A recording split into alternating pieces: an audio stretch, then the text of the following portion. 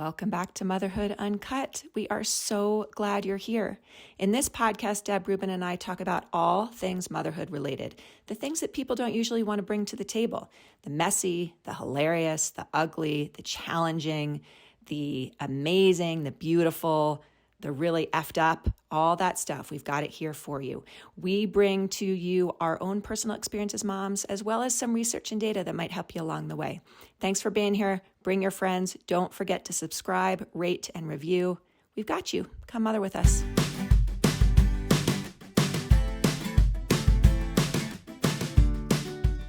Hey everyone, I am so excited to share with you about the woman we interviewed this week. Her name is Majka Burhardt, and she is a professional rock climber. She's a social entrepreneur, an author, a filmmaker, and a mother of twins.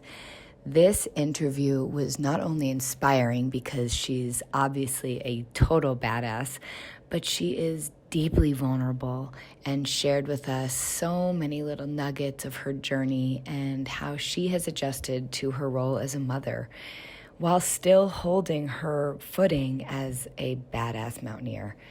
It was really fun to talk to her. My heart opened like a million times bigger just listening to her story, and I just am so excited for you to be touched by her as well. I hope you enjoy the show. Not only do Deb and I love jewelry, but we are very, very passionate and committed to supporting brands and businesses that are local and small and intentional. Leela Inspired is a jewelry company that stands for three important pillars: create, connect, and explore. Their jewelry actually has meaning behind it, and it feels good to wear. Not only is it beautiful, but it's inspiring. We want you to check it out, leelainspired.com. Go to our show notes and find a code for a special discount. You will feel so good in this jewelry. And side note, you'll look good too. My friends, every important thing I have done in my life has had before its leap a ton of fear, uncertainty, kind of that frozenness that happens when we're right at the edge of something and we're not quite sure whether or not to take that leap. Every single thing I've done that's been meaningful has had that moment before it. I am really excited to be offering this year-long program with my dear friend and leadership coach, Ashley Wick, called Take the Leap. It is a year of support, encouragement, platform, mindset, strategy to actually get you from here to there. I really want to invite you to come join us because this is a really exciting time and you're at the verge of something. If you want to learn more, if you're ready to apply, go on to my website, link is in the show notes, and learn what the next steps are. This launches on April 5th, and I'm telling you, good things are to come. I'm so excited to see what's up for you in this next year of your life. Come join us. Can't wait to see you there. Hello everyone, this is Deb. As you may know, I have a huge passion for self-discovery and growth, and I love nothing more than helping others evolve into their own unique ways. As mothers, we have a deep intuition that can sometimes feel muddled with time. In the Mother-Daughter Journey workshops for moms, I focus on honoring and helping participants to come back to that intuition while also equipping you with some powerful tools to help strengthen that beautiful mother-daughter bond. I just launched my April and May group, so check them out on my website, motherdaughterjourney.co. I can't wait to work with you. Hi, Deb. Hi, Kate. Happy podcast day. Happy podcast day. We have such an amazing woman here today, and I'm so excited to introduce her. This is Majka Burhardt, who is a conservational entrepreneur, professional athlete, which is just so badass, author, film producer, and above all, a mother of twins. And I got inspired by Majka because of her amazing book, which I'm going to let her speak about. But we want to just have her on this interview to learn about your story, Majka. So I'm going to turn it over to you. And will you please introduce yourself to yourself? You just have one, to our listeners. Yeah, it's so nice to be here with you both today. Thank you so much, Kate and Deb. As you said, my name is Majka Burhardt, and I am a mama, and I run a organization called Legato that disrupts conservation to build climate justice. And I also am a professional climber and someone who's trying to figure out how to put all those things together and not let go of them and do them all well in the world. Which is not easy. That's No, like it's totally insane. And Majka, you are located in California. Is that right? No, I live in New Hampshire. So I live in the mountains of New Hampshire. So I used to live in Colorado and Boulder and Estes Park, and I've lived in New Hampshire now for, a decade plus. And yeah. Beautiful. East Coaster. Yeah. I like it. Well, gosh, I'm like, see, when you said that, I had this reaction because I'm like, no, I'm not. You're no, like, no. An import to the East Coast. Can we say that? Yeah. And isn't it so funny how we get like so intimately and personally attached to different places that we've lived or been raised? I grew up in New York City, and there's a part of me that's like, once a New Yorker, always a New Yorker, even if I prefer to live in Colorado. Exactly. Did you grow up in Estes Park? No, I grew up in Minnesota. So I grew up in Minneapolis. When I say Minnesota, I think people can probably hear it. I grew up in Minneapolis, and then my life as a climber took me to Colorado to move to Estes Park. So I moved to Estes when I was 21, and I lived there for 7 years, and I lived in Boulder for 7 years, and then moved out east. Amazing. So I just personal story around me is I was a diehard climber for about a decade. It was all I lived, drank, everything. It was my whole identity. And I know the lifestyle of being so committed to that sport. And so that's what drew me to you. Of your story is so profound because, and I might be projecting here, but that lifestyle can be so self-consumed and partner consumed and, really hard to tie down. And so how that relates to motherhood is just so profound. So I would love to invite you to tell us about that transition for you, if we can just. That's such a great way to put it, Deb. I think that climbing is amazing, right? Like I've been obsessed with climbing for, I don't know, since I was 15. So 3 decades, because I'm 46, more than 3 decades. And climbing, like you're saying, is so self-consumed. It takes a lot of time. It's a really bad hobby, right? Like don't go pursue it because it's like, it's so much easier to, I don't know, like play pickleball or something like this, right? Or even like the act of going climbing just takes a while. So what happens is I think anything that becomes important to us that takes a lot of time, we end up validating it because to justify the amount of time, to justify taking the risk, then suddenly it becomes outsized in importance. Like if you're going to go all in as a climber, you're really all in.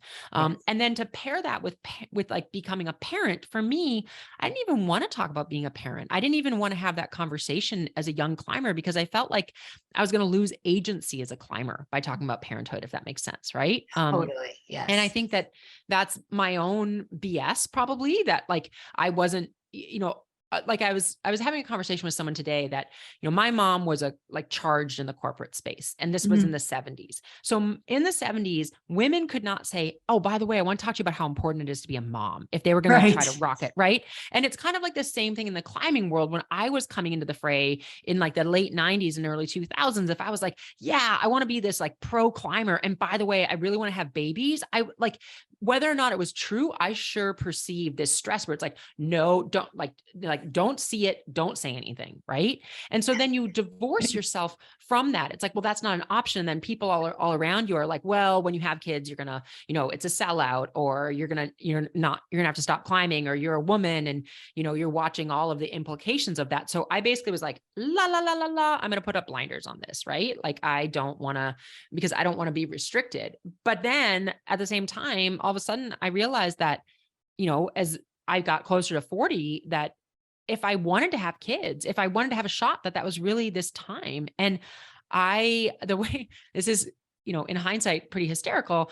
I thought, well, what I'll do is I'll try to get pregnant. I was like, my husband and I were like, let's try to get pregnant because maybe we won't get pregnant. And if I was like, wouldn't that be great? Like if we can't get pregnant, we'll just be done thinking about this. Oh, thank God. Right. Like years and years of angst. It's just like, oh, we just can't get pregnant. And instead we got pregnant with twins. So of course you did. Yeah, of course. Oh my God. It's so funny how I love how you're talking about this sort of perspective of mothering and motherhood and the dilemma about how do we whether it's the 70s or the 2020s, right? How do we incorporate that idea, which for many of us is a profound desire and need, and for many of us is sort of it might even be a should, right, in the background, like Absolutely. I really, and then the conflict of what that all means with the rest of our life. And I think your description of both the dilemma of how to fit it in, but also the way of sort of quote unquote planning for it is so interesting, right? We spend all this time worried about getting pregnant. And then of course there's this, you have this whole other life that it sounds like you were saying, Majka, that we're feeling like, okay, I could go either way here. If I get pregnant, I'm going to find a way to do that, which obviously you have to keep both going. And if I don't, I have this thing that I love that I'm invested in.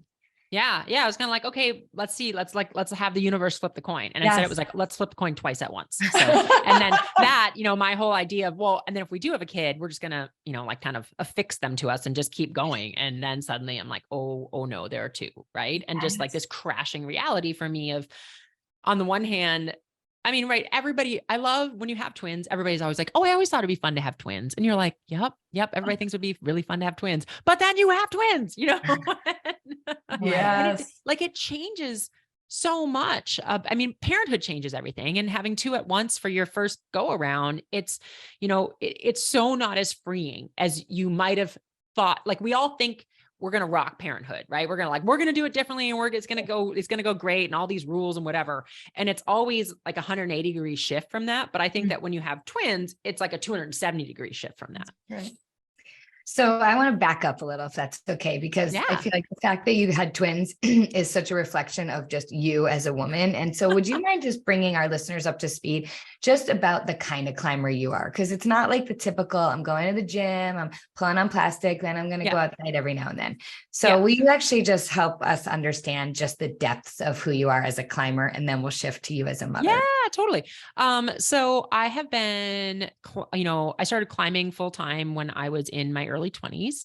I was a climbing guide for a long time. Then I became a professional climber in my mid 20s, have traveled all around the world, putting up first ascents, doing, expeditions from places like Namibia to Ethiopia to Alaska, running expeditions all over Latin America, and really made a path for myself combining writing and social entrepreneurship and climbing. And so, my first book was about climbing in Ethiopia, did a series of films, one about climbing in Namibia and one about climbing with scientists to find new species, and launch a conservation initiative, which has now grown into Legato, which is a giant international disruptive conservation organization that I run in Kenya, Mozambique, and Peru. That all started with climbing. So you're just fucking amazing. Yeah, I'm just sitting here like it's really astounding to hear all of that. I mean, that is a lifetime in and of itself. Wow. All of those things that you've done. Oh my God, I've got some chills hearing about it. My smile is like wrapped around my head because like you just embody climber with environment, with expression of writing, with bringing other people in and making it so worldwide. It's just like this beautiful combination. So well, that's amazing. I mean, for me, it's also because I think, when I started climbing, I wanted to be the best climber in the world, right? And that was my plan. When I was in my early 20s, I'm like, get out of the way. I'm on the stage. Check me out. And then I kept getting injured in my early 20s. And I was like, so that was not in this whole like rocket ship to stardom in the climbing world plan that I had, right? Like why am I not, whatever, climbing on the Leaning Tower right now? And what I realized is that in order to be in that climbing space, there's this other part of me, which was kind of the intellectual part of me and the academic part of me that said, but I can write about this and I can tell these stories. And I love what you said, Deb, about being inclusive in that and bringing people into it, because that became part of who I was in the climbing world. And I think, and I love that. I love being the person who's like the loose tooth wiggler, like hurts and feels good in the climbing world, who's like, hey, yeah, I have a legit resume, and how I bring it into this space has a ton of value. And I think I was at the right place, right time, to make that happen when I was in my 20s. And can I ask you too a question just about Absolutely. that? Because Deb, I did not know Deb in her badass, her really determined climbing days, but I can envision her there, and I'm in awe of her as well around that. So the two of you as climbers, what is the scene for women in climbing these days? I'm just really curious about that. What does it look like? What does it look like for women climbers today in 2020? It's so different today than what's really cool about women in climbing is that it's been explosive growth, right?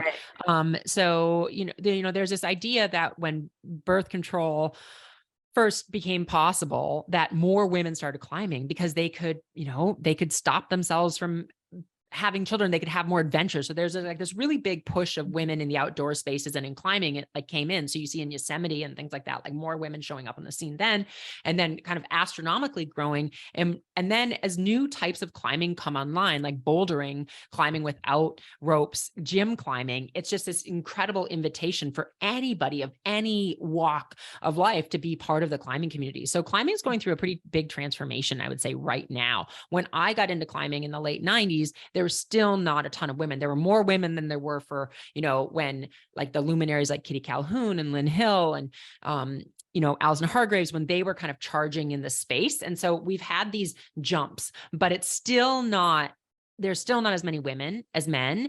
And then there are still these things that we don't talk about in terms of women in climbing. It's like, well, why does it kind of peter out around this age? Or why are there all these young women climbing, but then they're rock climbing, but they're not ice climbing? Or why are they not pushing as much in the like high mountains?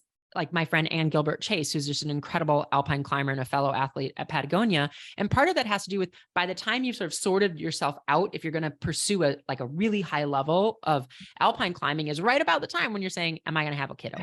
That's right. it. And it's like any career, right? I mean, it's kind of wild, right? Like it's like they might seem radically different, but you just like take some of the shit away and you're like, oh, actually, yep, there we go. Like, how many women are you going to stave off parenthood? Do you become a parent and go do that? And so like, I think that's why sometimes you're like, well, there are all these women, but then where do they go? Or why do they transition into these other paths of being a climber long-term? Yes, I couldn't agree more. I think there's also this, like you said, whether you're professional or not, it is unbelievably time consuming. And these rigorous in your body, rigorous, too, right? Absolutely. But where like a runner, might go out for like a 3-hour run, that's extreme for a long distance runner. A climber, it is all day, many days, especially if you're an outdoor climber. And I was an ice climber as well. And mixed climbing, and those are just long days. And you need to have a partner you rely on. There's like that. And then there's the body piece. Yeah. I mean, that is like such a huge thing. I climbed through both pregnancies, and I remember coming back after my second, and my little one didn't want to hang out in the gym in the playroom. She just was not having it. And that was sort of the end for me, because I was like, for me to climb the way I want to climb, I have to train at a certain amount of hours. And it just wasn't aligning. And that's what's so messed up about it. Like, it takes, even to like the entry point, if you've been taking it seriously, to get back to taking it seriously and performing is a big lift, right? Yes. I mean, one of the reasons, and be careful, because if all you Coloradans come move to New Hampshire, I will be blamed for this. But New Hampshire is like an amazing place to live as a climber, where I live up in the Mount Washington Valley, because the access is so good. And when I lived in Boulder, for me to go ice climbing was epically difficult and would take forever. I woke up yesterday, it was book launch day. I woke up at I'm going to be totally honest. I woke up at 3:30, which is also bananas. Wow, I've been in London. So this is not, but normally I wake up around 4:30 or 5. And I was like all excited. And I got my team running in Kenya and Mozambique and like answered all these questions. Then I got my kids to school. Then I went ice climbing with my husband for 4 hours. And I came back, had 2 meetings for Legato, did a podcast, and like got the kids from after school program. Right. The reason I can do that though is because I live where I live, and I can go ice climbing 15 minutes from my house. If I lived in even Estes Park, which is like up close to Rocky Mountain National Park, you're still like, an hour and 45 minutes before you're actually ice climbing, and you're on blown out ice and you got super sweaty on the hike. So, I mean, those things, like it's a gift for me. That's not why I moved here, but it sure makes this whole, like this crazy assembly of things I do more possible. Majka, how old are your twins right now? They're 6.5. Okay. So let's actually transition. It's a beautiful transition. So we're talking a lot about this lifestyle. We're also talking about the risk, right? That you're living this high risk lifestyle. So you find out you're pregnant, and what happens for you? I freak out But I also like, I found out I was pregnant and I just had this moment of like, yeah, okay, like this is happening. And it was this really wild time in my life to realize that I had done something that I I couldn't reverse, right? Like, and I spent a lot of time being like, did I make a mistake? Like, was this experiment a mistake? And not toward the line of, is this a pregnancy that I think I should terminate, which like everybody in the world should have the right to do. But like for me, I was like, I don't know what to do now. Like, what is the path that I just launched myself on? Right. And then I found out that I was having twins, and it became just this bananas reality check for me of, okay, I wanted to, like, I love when you're like, you climb through both pregnancies. That's so cool. I couldn't do that. Right. No, you Like couldn't. I totally did not. I effed my seasons up for when I got pregnant. So I had this like emerging belly while I was ice climbing. And I was like, well, this doesn't make like a lot of sense. And I don't live near a gym. If I lived closer to a gym, I probably would have like gym climbed as much as I could have through my pregnancy. And also pregnancy kicked my ass. Like I was really tired. And I also just got to this point, and I think that was again, like this divine intervention of sorts of like, oh, you're going to have twins. So all the things that you thought you're going to be able to pull off, just like sit your butt down, Burhardt. Right. Like, and so I was like, you know what I want to do is have a healthy pregnancy. What I want to do is like bring these babies into the world. So it was not for me, like, can I go push the needle or push the envelope on this? I also was on a film tour when I was pregnant. Like I had just had my film Namuli come out. So like there were enough other things that I was charging at. But yeah, it was wild to suddenly be, having to, have this life of going to Patagonia that winter to go climbing, and instead say, yeah, I'm going to grow 2 babies in my body instead. I'm so struck by the identity shifting you must have been going through, right? I mean, I think we all, when we become mothers, have this crazy kind of psychic trauma around identity shifting, but really the dramatic need for that for you all at once, right? I mean, and again, you're just describing, I am not a mom of twins. So I'm sitting here, I've worked with a lot of moms of twins, but of course I don't know what it's like to be carrying 2 little people in my body at one time, but there really was not a lot of room for the both and for you in there. Right. Yeah. Yeah. And it was also really wild for me because my husband is a full-time climber and mountain guide. And so I had this mirror held up to me of like, look what happens if you don't have this going on in your body, right? Like, here's what it looks like to just keep on the trajectory towards greatness, And then I had mine where I'm like, oh, I'm going to have a slightly different lane going on right here. And that was really hard. It still is hard for me. And I think that it was a huge identity shift for me. And at the same time, while I didn't necessarily plan my pregnancy so I could like rock it and rock climbing while I was, smaller and before I'd gained 70 pounds to bring, twins fully into the world at 6 and 8 pounds a piece. But like, wow. That's a huge accomplishment. Actually. It was a huge accomplishment. I was like, I got this. I'm doing this. Because usually twins are like 4 pounds. So that's just really, I had some big babies. Amazing. Because I had that film tour, it gave me this way of holding on to my identity at the same time, because I could go out in the world and I could feel like I was still a climber because I was telling a story about being me as a climber, right? And me as a climber that launched this organization. And I haven't thought about it until you just said it that way, but I think that was really important. I think that I'm like, oh, I need to have some gratitude for that in my life, that was available, because I think it probably helped me keep the lights on in terms of my life as a climber and feel more like I wasn't just like subverting all of my identities at the same time. That is huge. That is really, really powerful. That actually is such an important message for all moms, no matter what, of how to keep a thread of your old life alive. Right? It's like, because that can get so lost in the process. I think sometimes we have an expectation that the things that we want have to be firing in a really big way for them to be part of us. And one of the things I've learned, like begrudgingly and through like a lot of dragging myself through stuff that was not that easy to learn. So it's not like, whoa, I figured this out really well.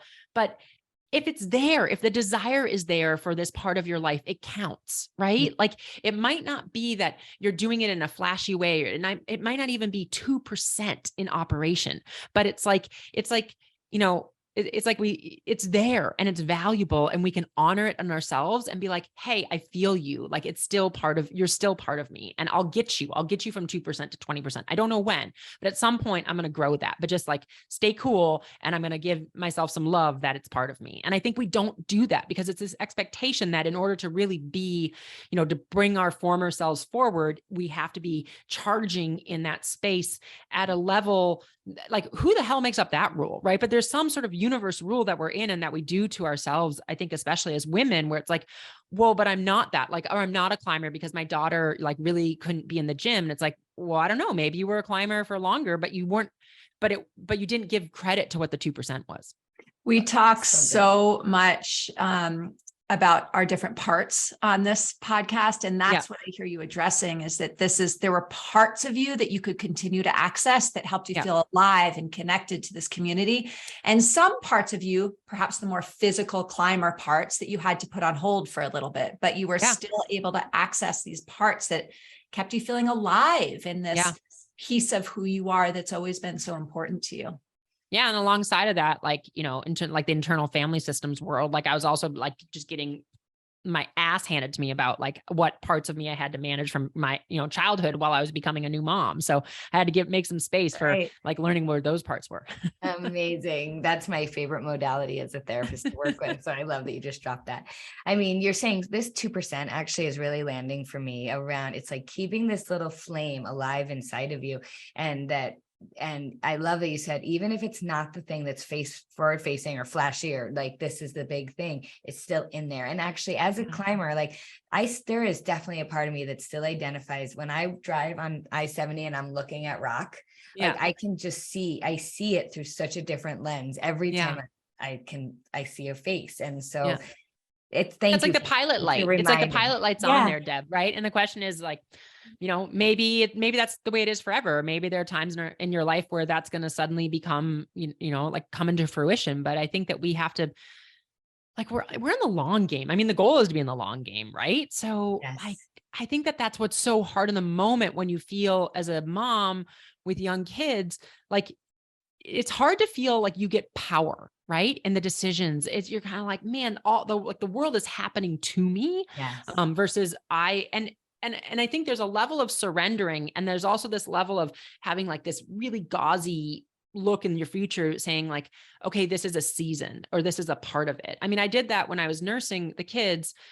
There's so much pressure on getting your body back. Like Beyonce was pregnant with twins, like right around the time that I was. And I was like, I'm just not going to look at Beyonce's pictures because like, that is just like not going to help. I was like, I don't have all these personal trainers. And then I remember one, and I still haven't done it, but I was like, I want to find out if Beyonce was flipping nursing her babies, like, and I was like, this is not going to end well. Right. Like, totally. Let's just calm it down. But I said, I'm just going to not worry about it until I'm done nursing. And I don't know when that's going to be, right? When I started nursing, I was like, can I even do it? Right? Like, is this even going to happen? Maybe it'll be 2 months. Maybe it ended up being 2 years. And like, finally, when I was done nursing my babies, which was really hard for me to let go of, like, okay, now what's my body doing? And giving myself that grace period of saying like, let's just take that script in my head and try to place it out of me. Like, don't worry about my clothes. Don't worry. It's like, this just is what it is. This is what, this is the season I'm in. And I think that was really helpful to me, and maybe also really lucky that I got to have kind of like this 2-year pause in it. It doesn't mean I wasn't like, I was climbing then. I was like back ice climbing in 6 months, all these things, but I wasn't like obsessed about some goal. I wasn't obsessed about like a physical goal or a climbing goal. I was like, yeah, I'm nursing. Like, let's see what happens. Let's just like be open to what it is. Wow. I mean, what you're saying right now is that you chose to surrender. Yeah. You chose to like be in the present moment. I mean, you're basically describing all the things that we talk about all the time in this really beautiful way. And I don't doubt that there weren't struggles and challenges just along the way. Yeah. But it sounds like something inside of you kept you steady. Am I hearing that right? I think part of it is, actually, and my husband would say this, like he got it before I did, that I had a really hard labor. So I was able to carry the twins like I said, to 38 weeks, and I'd had all these contractions for like the month leading up to their birth. So everyone thought like, it's going to happen. It's going to happen. And then it kept, and then finally I had to be induced. And then after like 40 some hours and a fever during this, like I had an emergency C-section, and it was like, when I found out I was having twins, I was not a pregnant mama going in with some birth plan that I thought I was going to be able to run point on. Right. I was like, I get it. That's just not the world I'm in, especially where I live in Northern New Hampshire. Like I couldn't even find a doctor who was willing to let me go beyond 38 weeks. It's like, this one doula is like, well, you should drive to Boston. I was like, I'm not driving to Boston no, like, it's fine. I'm going to use my local hospital, all these things. But Peter said to me when I'd been nursing the kids for like, I don't even know if it was 8 months. He's like, I think nursing is so important to you because it lets you get back this thing you feel like you lost during birth, and I think like that was really astute. And I think for me, nursing gave me this like really big grounding, and it also made things calm down for all of us, like for me and for my kiddos, right? Because I had a trick. I was like, we can all just take a moment. Wow. And that was really powerful. There's so much to that. I think you said, we were talking about something different, but you said sort of the universe's divine intervention. Like, here I am, I have to learn that thing. And that is something you describe, this life where you are doing these amazing things and moving and busy, and your ideas are flowing and you're engaging. And then of course, you're just like you said, nursing one baby, let alone nursing two, is like, plant your tush down. Yeah, exactly. Slow down. Yeah. I'm also really struck, there's so much grief and loss that comes with becoming a mother. We don't talk about that very much. Yep. We sort of set mothers up to assume that, this is going to be the best time of your life, and there's all these gifts, and we don't really make room for all of the losses that we grieve. Yeah. You've already spoken to this quite a bit already, Majka, but I just want to acknowledge that. I imagine that this, a sort of, planned but unexpected quick pregnancy, right? And then a pregnancy with twins, and then all of these parts of yourself that you've needed to sort of set aside for a little bit. There must have been a fair amount of grieving that you went through during this stage. I think there was. And I think, I had this thought when we, like 10 minutes ago when we were talking, and we'll just try it out. Like, I think I wrote this book by accident. So I didn't write it intentionally. I sat down to, like, when I found I was pregnant, all I wanted, I started doing audio recordings on my phone. And then I started doing them to the kids, because I was just like I'd be driving places and I'd just like do an audio recording. So I was like, hey babies who are in my belly, let's talk about stuff. Right. And eventually after they were about 3 years old, I realized that it could become a book. And someone had asked me recently, why did you make it a book? And maybe I made a book so I could have these conversations, right? Like this conversation we're having right now, because this is what I wanted. Like when I was in the midst of it, these are the nuance of conversation where I was like, oh my God, is everybody else going through this? Because this is bananas, right? And does anyone else feel like they're like at once super stoked to be doing this, and the other hand, like really pissed and really terrified, and like, how do we manage all this? But you can very rarely have those conversations in these, like, you're in passing with other parents, right? Like you're at some sort of play date, or you're at some like children's museum, and you're like running after a kid, and you're like, how's it going? Great. Okay. And you end up talking about like the other stuff. You end up talking, which is also important, like, about like which sippy cup you should buy, or like why the Velcro runs out on that thing, which are valid things and you have to spend mental bandwidth doing. But like, all I wanted were these conversations because I was grieving a lot. And I was like, so I just do it, and I just ignore it. Or I'm also learning a ton about how I was raised at this point, and like, where does this go? And for me, where it went was in this book. And like, that's how I like processed so much of this, was like, okay, well then I need ballast. I need a place to put it. Wow. Amazing. You said something so powerful that I work with moms a lot, is how do we hold polarities? I want connection. I need space. Like I want this, I want that. And I think actually in motherhood, and really all through life, whatever stage you're at in the human development process, is learning how to sit with those conflicting feelings. I think it is actually it's just a place where we can rest, when we can hold capacity for having two completely opposing feelings at the same time. Oh, yeah. No, that's so true. And so, it just like, it takes my breath away to hear that. 'Cause I think that is so right. But yet what we try to pretend is that certainty is possible. Yes. Right. So like those Right. things are in like diametrically opposed and in this tension. And if we can just say like, okay, it's really complex and it's okay to have all that complexity. And you can like fervently love your kiddos and have all these great things. And you can also be in a hellscape of like, I don't know if I like this, right? Or I Yes. don't know if I like who I am in this moment. Yes. And you feel horrible for admitting that, or it's like there isn't space for it. And it's like, no, that doesn't take away anything from how much I love this experience. It doesn't take away anything from how much I'm like so committed to like learning how to be a parent and showing up for my kiddos' emotions. It's an end. It's like, and it's kicking my butt and I'm terrified and I'm scared and I don't know if I can pull it off. Your book is such a manifestation of that, because here you are in the car by yourself, right? Feeling like, am I alone in these feelings?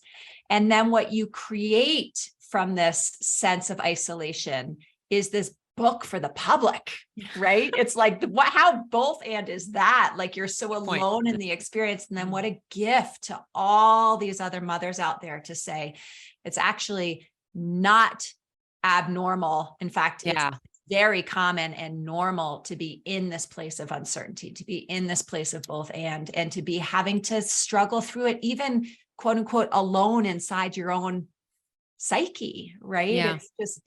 Your book is such a gift in that way. Yeah, it is. Thank you. I have a question.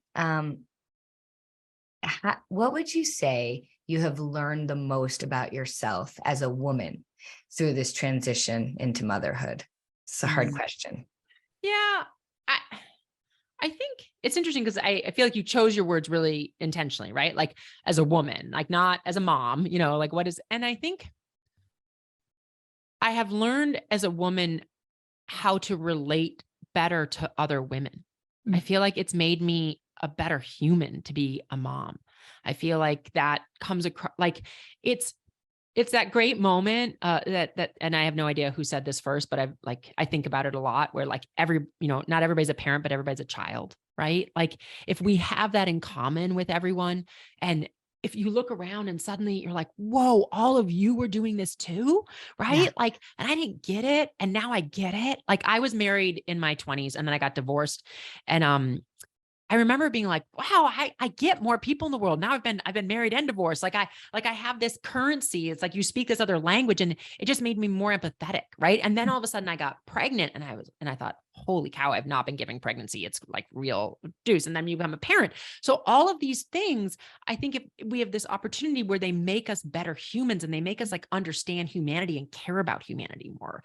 And I mean, that in turn, the organization I run, Legato, that changed Legato. Like we had been really working in the like more traditional conservation space with Lomwe communities living around Mount Namuli in Mozambique. And all of a sudden I'm a mom and I'm like, wait, why am I just helping people who live in one of the most amazing biodiverse areas in the world, who are so marginalized by their country, by governance, by their resources, and they don't have anyone else supporting them, but I'm only going to support them in conservation? That's so wrong. I should be saying, what all do you need to make happen for your families to thrive and your place to thrive? And how do I get behind you to do that? And like, I literally shifted how Legato operates so that now that's what we deliver because of my experience of becoming a mama. Amazing. We're both just like speechless. I'll tell you why I'm speechless. I'm speechless for a couple of reasons. One, I don't know how many times Deb and I know what Deb's thinking because she and I think we read each other's minds. We're connected that way. I know that she's thinking the same thing I am. And like, how many times could I actually say out loud, excuse my language, you're a fucking badass, Hell yeah. Right? So every time something comes out of your mouth, I'm more like, whoa, okay, so there's that. But I'm also just so somatically touched by this part of our conversation because it's true. I mean, I'm sure you have this thing I can't relate to as a twin mom, right? You can relate to other twin moms in a way I can't, but there is this thing that happens when we become, as women, when we become mothers, that opens up this visceral connection to life, to life, right? That again, I am in full belief that not every woman has to or should or needs to be a mother. And there's plenty of things that, of course, that I can't relate to that a non-mother woman, non-mothered woman would have. And there is this connection to quote unquote life that happens when we raise little humans. And I feel it in my body when I hear you talking about it. It's profound. It is. I agree. And I think it also means like, I think if we can do it and be vulnerable, like if we can do it and be vulnerable and like help catch other people when they need to be vulnerable. And I don't think we figured out how to do that entirely yet. Right. Because again, like what I did is, I think I was able to finally get very, very real with my husband about what I was going through and found girlfriends who I could have as part of this net, right? This like building this real net of people. But I feel like we need more of those paths. It's like, we sort of have like, well, you can go to therapy, right? Or like, I hope you find a couple girlfriends, or maybe you join this online chat group, but it's this weird shared experience that you're having with all these other parents and moments, but it's like, you can't touch down, right? Like you can't really be in the thick of it and like share this really vulnerable thing, but you desperately need it. So how do we help people get there? Right. Like, and maybe that's, I think what this book is about and is for, and clearly what you are all trying to do by putting, the podcast and in the work that you're supporting the world. And you mentioned this word uncertainty earlier. It's a requirement to be willing to be uncertain, to do this kind of vulnerable work well. Right. We can't be vulnerable and know everything at the same time. Right. And I don't know one mother that walks this planet that doesn't have 99% of the time an experience of uncertainty. Right. Yeah. So it really is, I think your expression and your vulnerability around the uncertainties that you move through in this transition from being, this really incredible athlete traveling the world to really needing to incorporate your role as a mother into that identity. Your willingness to be uncertain around that is what the gift is to people who are hearing you speak or reading your book or whatever. Yeah. Hopefully I really see it as this invitation into sharing that. I'm trying to remember. I can't remember her name. She wrote, maybe it was Lean In. Yeah. It was who wrote Lean In? What's her name? Come on. Oh, she started. Karen Sandelberg. Is that, am I right? Sanders. On that? Sanders. Yeah. So when her husband died, she was talking a lot about grief. And I remember just really being struck by something that she said, where she's like, if people have had a big loss, like don't ask them how they're doing, ask them how they're doing today. Mm. And I feel like that's maybe how we need to talk to parents, right? Like, I love that. How are you doing today? Like not, it's and so like today, for example, like my twins had a meltdown about who got to have the first crep, right? And it like totally derailed half the morning to the point where I was then going on a big power cross-country ski and started bonking. And I was like, why am I bonking? I'm like, oh my God, because I only had one crep.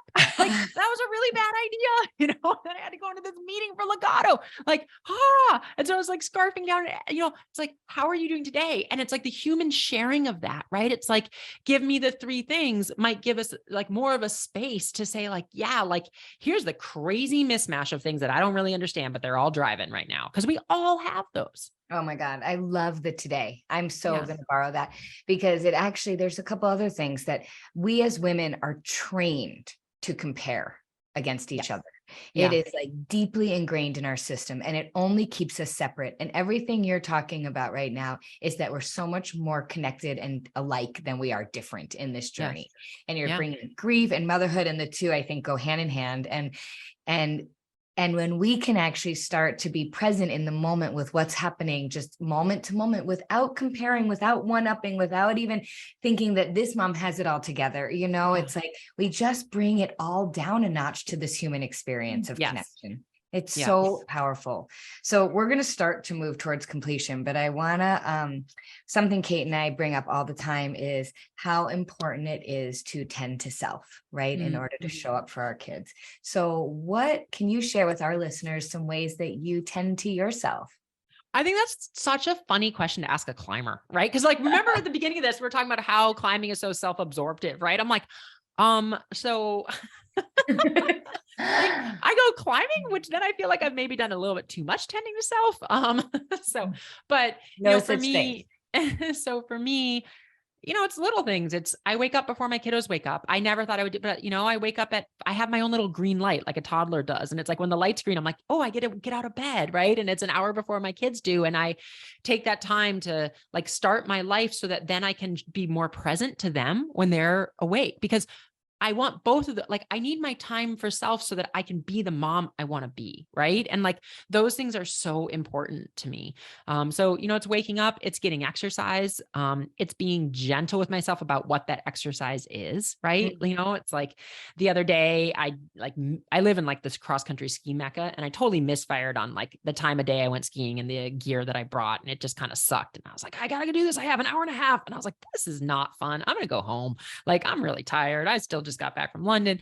And yeah, it's sometimes you might have a plan of what you need to do for yourself, but in the moment you might realize it's not what you want to do. Or I also go get a pedicure and I work. I'm like that person. And I flip and love it. Like I sit there and I get work done and get a pedicure, and I'm like, yep, that's okay. Like, this is me. I don't read a magazine. I sit here and I get work done. Yes. Beautiful. Oh, so do you have any other questions before we move on? I mean, I have a million questions, but that would take another hour. So maybe we'll have to have you back. I want people to know where to find more of you. I want to make sure everyone knows where to get your book. I cannot wait to read that in completion. I want people to know where to find, I actually want to know where to find more about your organization. Yeah, so tell us totally. So, the book is called More: Life on the Edge of Adventure and Motherhood, and it's everywhere you want to buy books. So you can go just Google More Climbing, and I bet you'll come up with it, or my first name, Majka. You can learn about Legato, the organization I run, at legatoinitiative.org. And now if you just type my name into a browser, you will find my website, and everything you need to know about the book and Legato is all linked there. We'll make sure all of that is in the show notes. Gosh, I can't wait I already dove in a bit before this interview, but I'm going to go back and like really dive in. I can't wait to hear what you think at the end. And yeah, thank you. It feels really wild to be doing this. And it also feels really good to have so many people have read it already and be like, man, this matters. And I'm really glad you did it, because I didn't realize it, but I kind of needed that net. Yes. Of course. Oh, you matter so much. Your story matters. I have chills all over my body. I just adore this conversation. I am so inspired by you.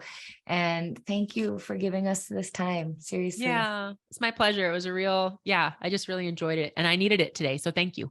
Awesome. Thank you. Cheers to you. And it's National Women's Day. And it is. We're not launching this for a couple of weeks, but cheers to women, right? We're every single amazing. Iteration there is. Every single version. What a perfect day for this interview. Yes. Thank you, Thank you, Majka. I love it. Thank you so much. Thank you tons, Kate and Deb. Take care. Hey, you guys, it's Kate. We really hope you enjoyed this week's episode. And if you did, go ahead and share it with a friend. It also would mean the world to me and Deb if you would take a minute and write a review. If this podcast makes you laugh, makes you cry in the best of ways, helps you feel less alone, gives you information that's useful to you in your mothering journey, if you write a review, it will make this more accessible to other mothers like you. So take a minute. We'd be so grateful. Thanks for being here.